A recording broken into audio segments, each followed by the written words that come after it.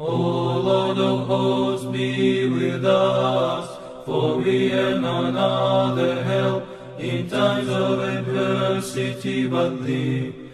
O Lord of hosts, have mercy on us. Welcome back, everyone. This is David Patrick Carey with Church of the Eternal Logos, and today I want to talk to you guys about getting caught between the American and the French revolutions. And so today's video is really a sort of cultural commentary, a socio-political analysis, if you will, of the contemporary United States and how I believe a very useful, a very accurate, and a more historical framework and lens of perspective to perceive the sort of tensions, both politically and culturally, in the United States is to realize that there is a underlying battle between the fundamental principles of the American Revolution and the French Revolution. And so that's what we're going to be getting into today, both of which are obviously products of the Enlightenment. So I'm going to begin by discussing some of the attributes, what exactly were the contributions of the Enlightenment. Now, you've heard me in previous videos give my own critiques and analysis and at points condemnation of the Enlightenment. And we as traditional Christians who are trying to have a society that reflects the traditional Christian values in which we hold to be true, obviously are going to have a different disposition toward the Enlightenment given its sort of secular roots. But I think what I want to say today in regards of the dialectical principles between these two revolutionary movements, I think it's very useful. Now, I'm not going to be giving any sort of historical analysis in regards to what the American Revolution or the French Revolution were, or talking about individuals. That's not the point of this video. It's just a sort of quick video to give a larger perspective on tensions. And so one of these would be the wearing of masks right now in society. During this opening up of the country, we see, again, a dialectical tension between social safety, I would say much more in line with the French Revolution, of social justice and equality, or individual freedom, something more of the American bent. And so these are little things that we are now seeing very obvious and up in our face in society. And I just want to give a sort of historical perspective to maybe frame some of this stuff in a new way for us. So that is the goal of this video. Before I get into it, though, I do want to thank everybody who actually, well, just the few of you who actually went to my website and decided to donate and sign up for a monthly recurring payment on my website, davidpatrickcarey.com, churchoftheeternallogos.com. Thank you very much. That little bit, it really does mean a lot to me. And so I ask anybody who enjoys what I do here in the videos that I produce, if you like my commentary, if you appreciate the work that I'm trying to do, if you want to contribute to the courses I want to build, the merchandise I want to have, or the exclusive content I want to give access to through my website, and the multiple other things that I have in store, I would ask anybody to please go to my website, davidpatrickcarey.com, churchoftheeternallogos.com, and click that the top right corner. There is a button that says donate. And if you could, whether it be 50 cents or $1, anything is greatly appreciated. And if you are in a financial situation which you could set up potentially a recurring payment of $5 or anything, I would be greatly appreciative. And anything that's $5 or more automatically will get a website subscription membership as soon as those become available, where I will have exclusive content at my website for the more controversial opinions and topics that I want to talk about that I can't given the language policing of YouTube. So just wanted to put that out there. And if you want to help, you want to contribute, please go to my website, davidpatrickcarey.com, churchoftheeternallogos.com, and donate. But anyways, thank you guys for all that did. And now to what I want to talk about, the Enlightenment, the American and the French Revolution. So what is the Enlightenment? So to give a sort of historical framework for the conversation today, I want to say, well, what are some of the products of the Enlightenment? Well, obviously the easiest one is the sort of elevation, the sort of valorization of reason.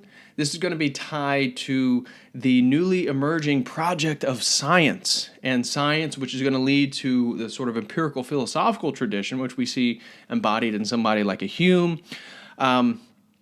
But it's also going to give a new understanding about how we come to understand and know the world. So it's going to give a new epistemological perspective, this emphasis on reason and science, and its reluctance towards religion, tradition, spirituality, things like that. Although during this time, Spiritism, spiritualism, Freemasonry, Rosicrucian, these things are all working under the surface as well.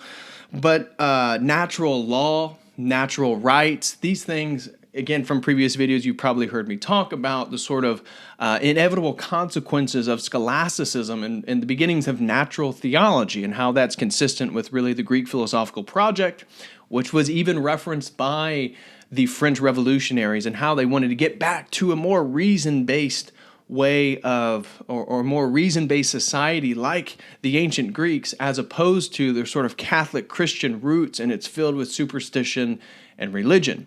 That was one of the things that sort of characterized the French Revolution. And so tied to this is a sort of humanism. Now, humanism didn't begin with the Enlightenment. As I've talked before, humanism really gets going with the Renaissance and with the insertion of new Hermetic understandings and Neoplatonic understandings of man as being the sort of epitome of creation, a new anthropology, that man is sort of the brother of God, if you will, and that creation then has been left undone. It's not totally completed. It's for man then to complete. And this idea of man striving to become more of what he could be to then take control of the world around him, I think, is a fundamental presupposition of the Enlightenment, and is really going to color the French Enlightenment, I would say. So that's some of the products of the Enlightenment. Of course, we also get the sort of social contract theory from like a John Locke in regards to the consent of the governed. So consent of the governed is this idea that those who are governed by the government should, one, occupy that government, so a government that works for the people, and they consent to that government to be governed by it. Now, this is considered part of like the social contract theory. This is a big byproduct of the Enlightenment and related to work by John Locke that also tied to the separation of church and state, the separation of church and state. So I know many of the Orthodox guys, you are always going on about monarchy and stuff like that. And I have a video on secularism and the problems of the sort of division between church and state, ultimately, especially within a conceptual sort of paradigmatic thinking analysis. But that idea is going to be related to John Locke, and it's certainly going to be rooted within the Enlightenment, because the separation is going to allow man to escape his bondage, right? Rousseau talked about how man is free, but he's chained by all these other things. He's chained by culture, and he's chained by religion and tradition and society, and this is some of the stuff that the French Revolution wanted to end. They wanted to sever those chains for man to be ultimately free in the name of social justice. We will get to that in a second. But generally speaking, the Enlightenment was about diminishing the role of religion, or the ultimate appeal of truth to religion, in new forms of appealing to truth through science, through reason, through secular means, really. And so we even see in the Enlightenment the sort of beginnings of feminism itself, and we're going to see that tied to the sort of French Revolution and some of the female voices, but even an English voice like Mary Wollstonecraft and her work on the sort of equality of male and female is often referenced as a sort of beginning point of the feminist movement. So we see that again in the Enlightenment. Now, obviously, there's, I don't know if, through some of my research, I saw that Mary Wollstonecraft, she actually was kind of a controversial figure, because after she died at a relatively young age, I think it was like 36 or something, her ex-husband actually aired out some of the dirty laundry about how she was a bit promiscuous. She had children from other men during affairs while she was married. So anyways, classical liberalism is another going to be eventually, that's more of a 19th century phenomenon, but that's rooted in all the thinking of the 18th century, of this Enlightenment, the 1700s, this period that's going to be characterized by the sort of revolutionary spirit, both in America and in France in its later years. So Like I said, natural law, the idea of progress. This is part of the again the Enlightenment thinking, is that we're progressing beyond religion itself, right? We're progressing beyond these traditional forms of understanding. We're progressing beyond Christianity. And utilitarianism, this is also going to be at least a theme within these revolutionary periods. I'd say it's much more consistent with the French Revolution of the emphasis on the greatest good for the greatest number. This is going to be why they privilege the state over the individual, as opposed to the American privileging of the individual over the state. And so individualism, utilitarianism, that's basically just my quick little sum up of the Enlightenment and some of its products. Now, let's get into the French and the American revolutions. And again, I'm not covering any historical analysis of the revolutions themselves, just some of the principles that fueled these revolutionary spirits. And the first one, as I just mentioned, I want to highlight is that the French Revolution is privileging the state over the individual, whereas the American Revolution is privileging the individual over the state.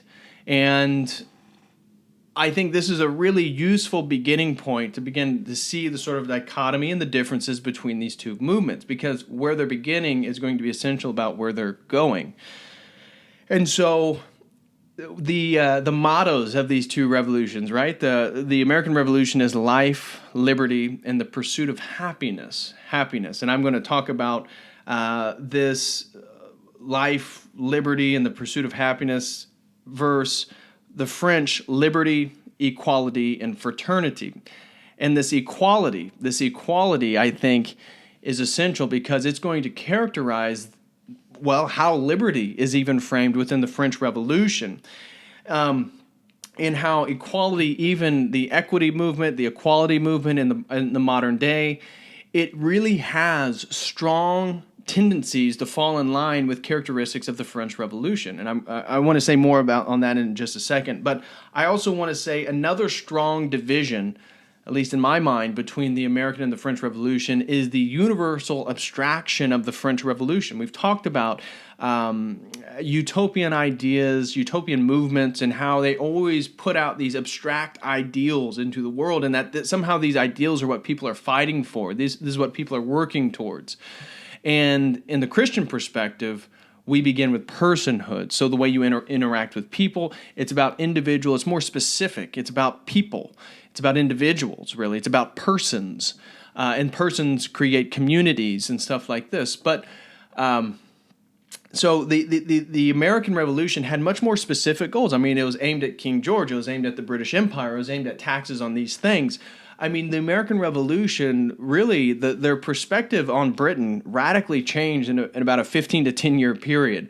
Before that, many of the settlers, the colonies, they were okay with being governed by Britain.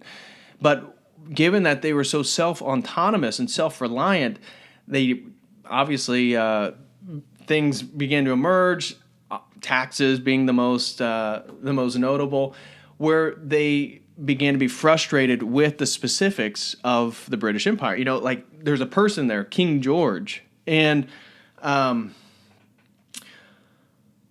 again, the French Revolution was so abstract. It's about these universals, and it's really about social justice. And so I do want to get into the role of the state and why that's different. But even the role of reason was very different between these two movements. So when we look at the role of reason, reason was deified in the French Revolution. We see the Cathedral of Notre Dame was really converted into a temple of reason. It was rededicated. It was no longer a Catholic church. It was no longer a Catholic cathedral. And reason was the new God. Reason was the new God. And we look at the American Revolution, and in fact, they believed reason can be fallible. And reason alone is fallible. And one of the things that was kind of echoed by many of the founding fathers in America was that experience is the parent of wisdom. Experience is the parent of wisdom. And I think this fundamental perspective, as opposed to the revolutionary spirit of the French Revolution, which wanted to sever its ties with tradition and go into a new direction, it wanted to sever it wanted to do away with the monarchy. Ultimately, it ends up going back to a monarchy with Napoleon, but it wanted to sever the monarchy in regards to a constitutional republic. And that doing away with tradition, this idea that somehow they could just break with all tradition and move in a new way to allow man to escape his entrapment from tradition, religion, culture, all these things, highlights how they are so different from the American Revolution, which saw itself as a sort of continuation of European history, really. Now, I disagree with a lot of Enlightenment thinking, so I totally disagree with the secularism and stuff like that of the United States. But in their minds, in the Founding Fathers, they were really a sort of continuation. In their minds, they weren't totally severing. They were altering. They were novel, but they were a sort of continuation. Even in their appeals to the British Empire was sort of rooted in a sort of English common law.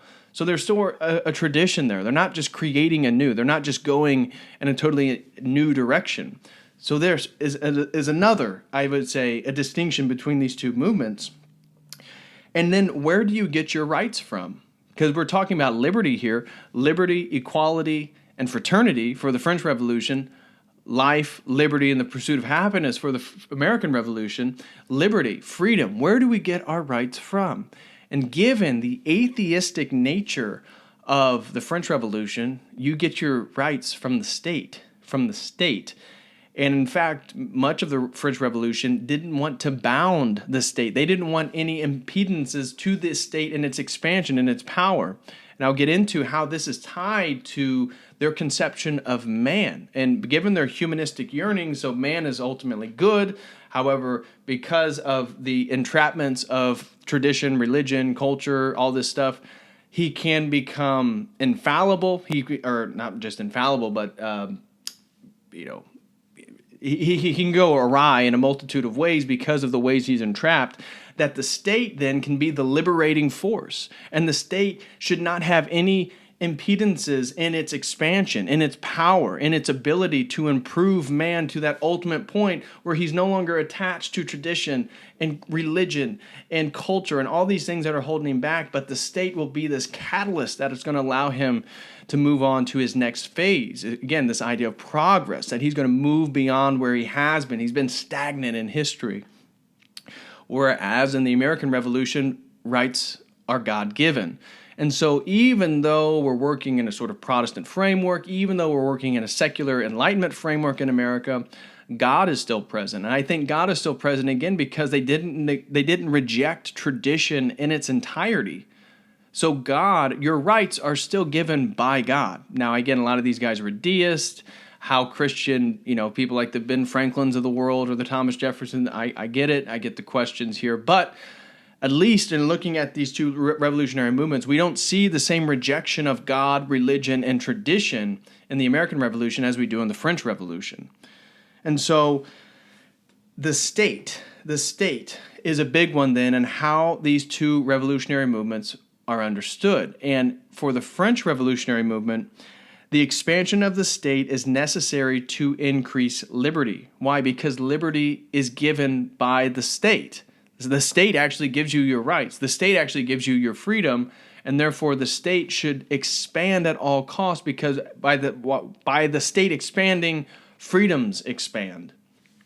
Now, the exact opposite perspective was taken in the American Revolution in the sort of shackling of state power or dividing all these different powers to try to keep everything in check. So the check and balance system of the United States had the total opposite perspective, as opposed to rights coming from the government, and therefore freedom coming from the government, and therefore the expansion of the state or the government always being a good thing in its ability to increase liberty. The American Revolution took the exact opposite. It says that the increase of the state is the increase of tyranny, i.e. the Second Amendment. But we see that the shackling of the state allowed for real individual liberty. And the idea was that men are fallible, men aren't perfect. Again, I think informed by a sort of Christian anthropology of the fallen world, the American Revolution, I'm meaning. And so the American Revolution, the Founding Fathers were very interested well, they were aware that multiple people have different interests. Different parts of the government have different interests. And so you want to not centralize power in the way in which one interest can dominate all interests, because that's tyranny. What you want is a framework in which multiple interests can exist. Somehow they can inform each other, but one doesn't ultimately take precedent over the other. And in fact, if any should take precedent over all of them, it should be individual liberty, individual freedom, individual interest. And that's why they wanted smaller and smaller government. So that right there, we see a difference, and we can see these right now in the United States. The tensions between the expansion of the state, the reducing of the state. Now, again, the right-left dichotomy, the Republican-Democrat facade, this is all a game. I get it. But I'm trying to talk about the paradigm. I'm trying to talk about some of the presuppositions in people's minds that maybe they haven't fully analyzed yet, but I think is informing a lot of people these sentiments. Because most people are all working within a post-Enlightenment paradigm, they can't help but fall victim to a lot of these thought patterns, these thought ways. And so they fall victim to either one way or another. And I think this is a nice dichotomy. I'm not saying that this framework that I'm offering answers all questions or anything like that, or it can be applied to everything. Obviously, it's not, but I think it gives a general framework. And so regarding this expansion of the state, the expanding of the state equals the expansion of liberty. Your rights come from the state. So therefore, man is God. Man ultimately is giving you your rights. The state allows man to not be shackled by religion and tradition and culture. Therefore, it's atheistic and it valorizes reason as God. Leads to what was the biggest purpose for the state, for the French Revolution? None other than social justice. Social justice. And they're very open about this. Social justice was the point of the French Revolution. And therefore, social justice is the point of the state. Because social justice, if you're working in a utilitarian framework where the greatest good for the greatest number, well, then social justice is the state providing the greatest good for the greatest number. And therefore, that should always be the goal of the state. And by doing that, then man can improve his lot, and he can begin to progress beyond the chains of the historical past, of tradition. And so they wanted to eliminate the social and political inequality that was rampant in France, between the nobles and the aristocrats and the clergy and the peasants.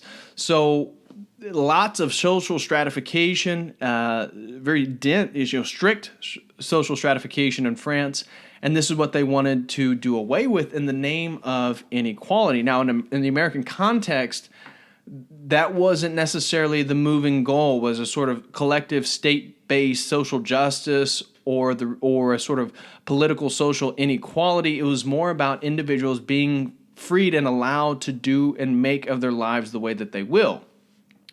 So for the French Revolution, it was about eliminate social and political inequality. That is the goal of the state. And the state is an instrument to improve man, like I said. So the state should have no limit in the pursuit of social justice. It should always centralize, regulate, and control. Think about that. Centralize, regulate, and control. This was the point of the state in the French Revolution. Now, I get how this fell apart. It was a bloody mess. Napoleon comes into power. He continues the war. Eventually France goes back to a constitutional monarchy. But whether you're in favor of monarchy or not, I think you need to be aware of these fundamental kind of paradigmatic principles that underline these two revolutionary movements. I'm not telling you to, that the American Revolution then was totally great and wonderful, but obviously it's a lot better than the French Revolution. You just have to look at history of that. I mean, the American Constitution is the longest lasting single constitution in world history. From my understanding, you can correct me if I'm wrong there, but I believe that to be true. And so you look at how France, with the principles that they had, this emphasis on the state really being the sole source of power, of the sole source of authority, right? I mean, beyond God, because God's done away with God's old hat. We don't do that now. We worship reason. And therefore, the state is essential for the improvement of man. The state is essential for breaking the chains that man was bound by. and the state is essential then for enacting social justice. That sounds a lot like our political left right now. And I would say that even when we look at the sort of advocate judges, we look at the politicians in the United States, it seems like they're working much more off a sort of French revolutionary spirit than the American revolutionary spirit. How many people in American politics are actually pushing for individual liberties? I mean, just look at just look at what's going on in regards to mandated or talks of mandated immunity shots. Now, these things are going to be tied to this presupposition in the French Revolution of the sort of the greatest good for the greatest number. And therefore, it's not about your individual rights, it's about what's going to be best for the collective.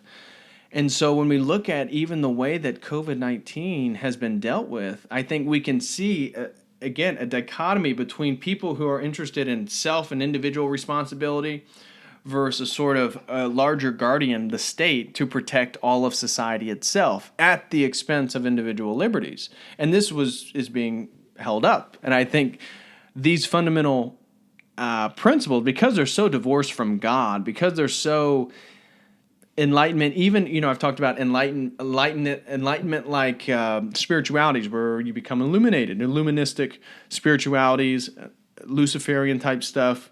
We see that right there in the French Revolution, let alone all the ties to Masonry and secret societies and all that jazz. Even Satanism itself that kind of pops up in the French context there. But these attributes, these ideals of the French Revolution, I think, are becoming so apparent even within America itself. And so, again, on the American Revolution context, men pursue different and often selfish interests.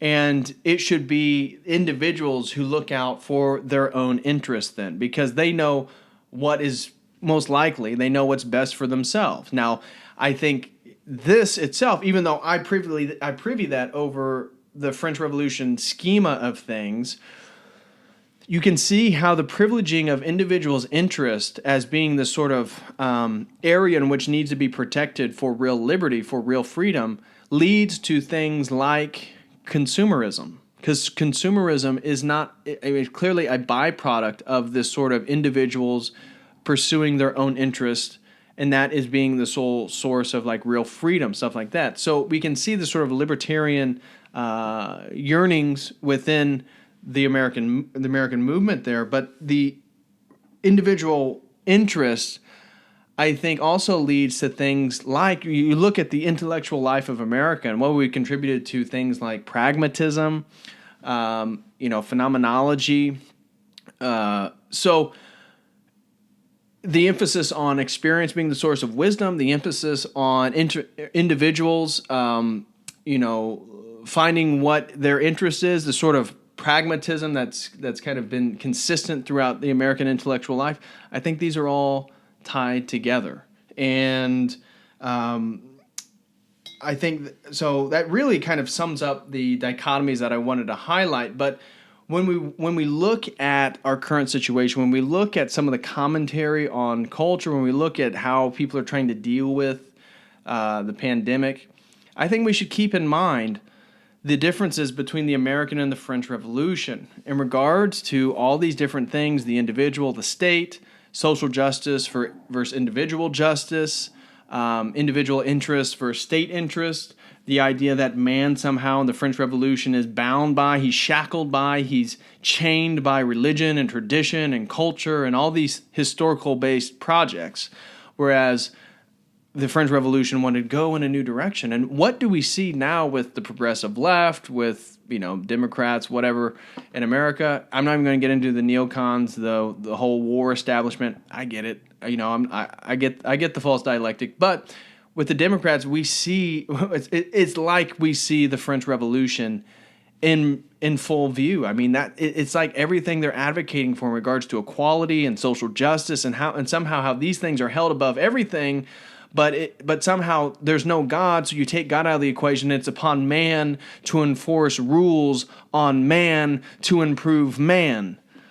and you realize, well, that doesn't make much sense. That always ends up in more bloodshed, more chaos, more catastrophe.